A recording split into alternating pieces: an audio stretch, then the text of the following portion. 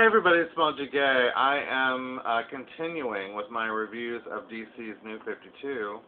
I have a big stack of them this week, so I think I'm going to be doing maybe 3 blogs and then a follow-up blog to conclude the month of reviews with my ultimate favorites and ultimate least favorites.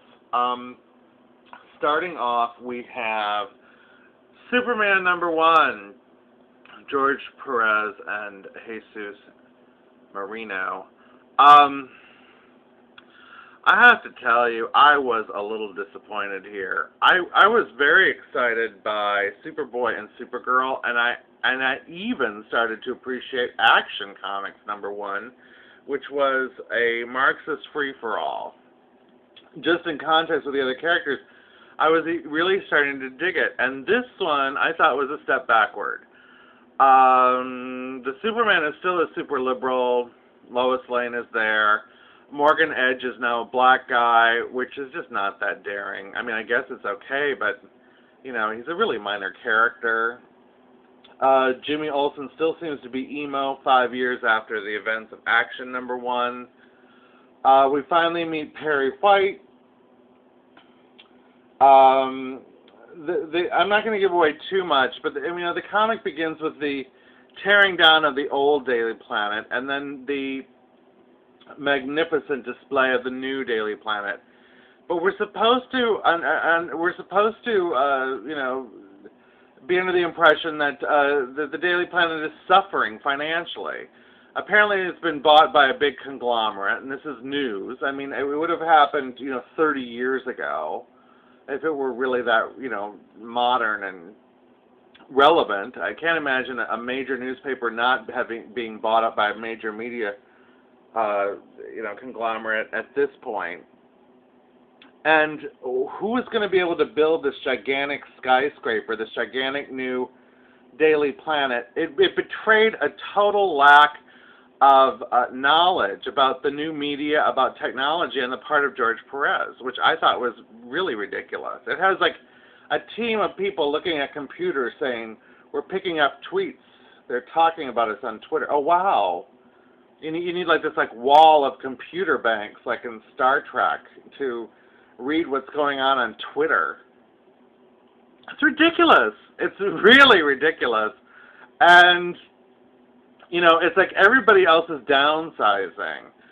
The relative realism of Action, I thought, was thrown out the window for this thing. It's talky. It's dull. It's got a fire monster, and it's like a typical George Perez production. And there's like 24 panels per page. So no, I thought it was a relic. And I was really quite disappointed, especially considering how exciting Superman had been seeming, and now we just had this throwback. Lots of speechifying about corporations again, and in a very shallow way. So, whatever. I'll stick around, but I'm much more into Action, Superboy, and Supergirl. Superman is a disappointment. So I'm going to give Superman a C-. The complete opposite, the Savage Hawkman. Now this one, some people have been saying that there's a lot of story holes, and there are. We don't understand everything. The artwork is gorgeous. I have not been following Hawkman since the Silver Age and the Bronze Age, so there's no Hawk Girl here. Carter Hall is an Earthling. He seems almost to be more like the Golden Age Carter Hall. I have no idea what the previous continuity of Hawkman had been. This Carter Hall is a cryptologist, and he seems to have some kind of relationship with the nth metal, which is what gives Hawkman his ability to fly and his power. And you can see the Wolverine element now that he's the Savage Hawkman.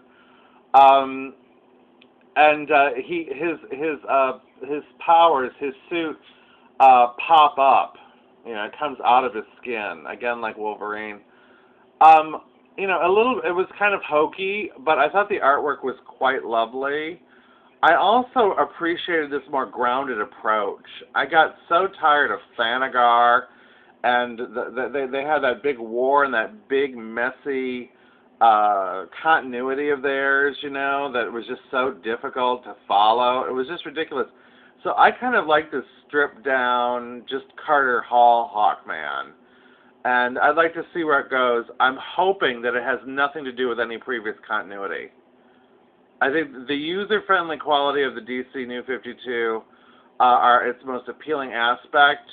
The comics that are user-friendly, the ones that aren't are just more of the same and not especially pleasing. So I give Hawkman a surprising B. What else do we have here? Now this one, The Flash. I was really pleasantly surprised by The Flash.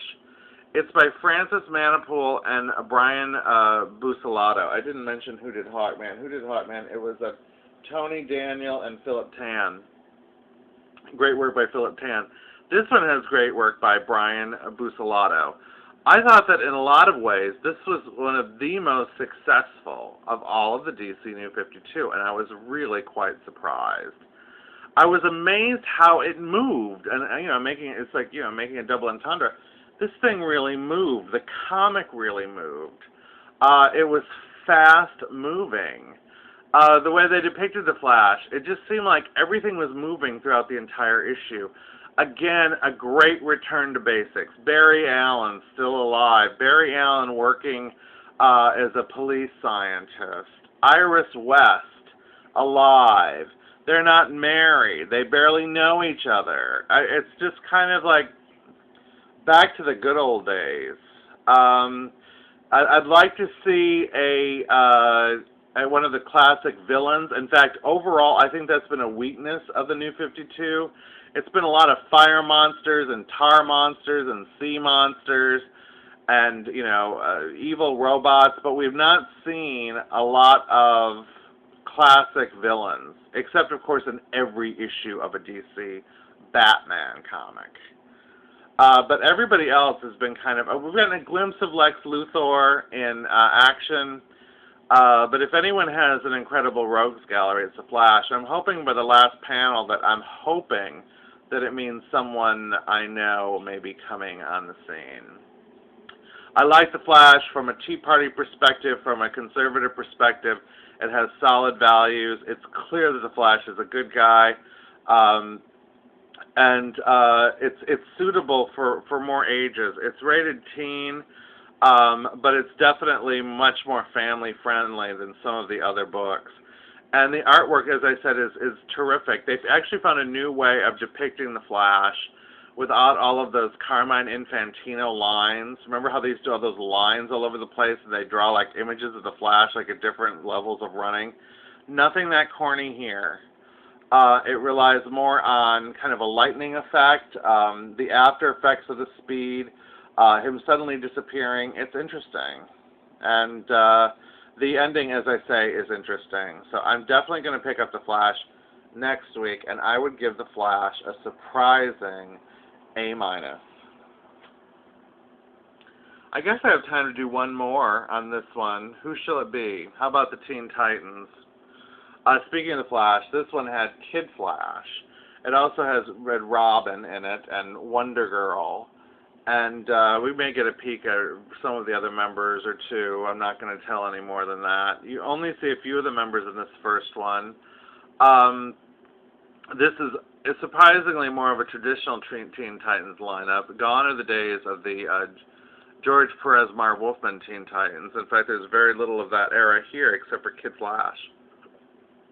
And that's kind of surprising. Unless some of these other characters are...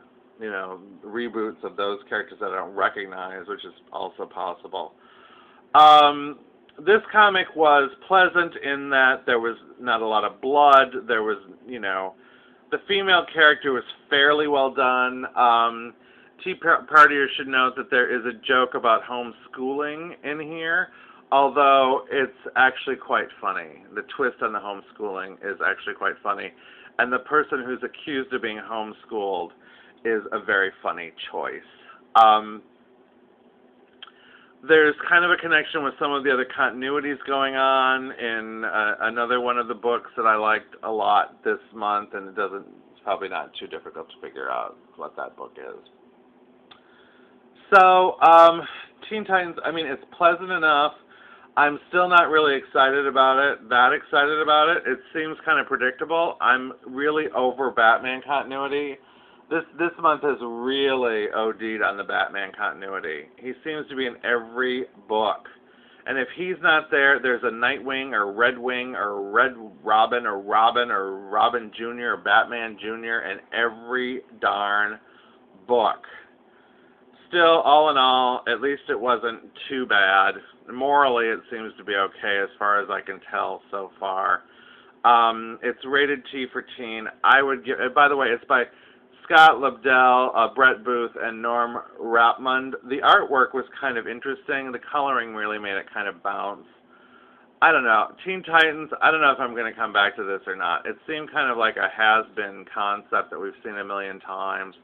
But younger people might like it. I'll give it a B-. Okay, everybody, that's your first round of reviews from the Small G Gay from the final week of the New 52, DC's New 52. I'll be back with some more reviews in the next vlog. Thanks.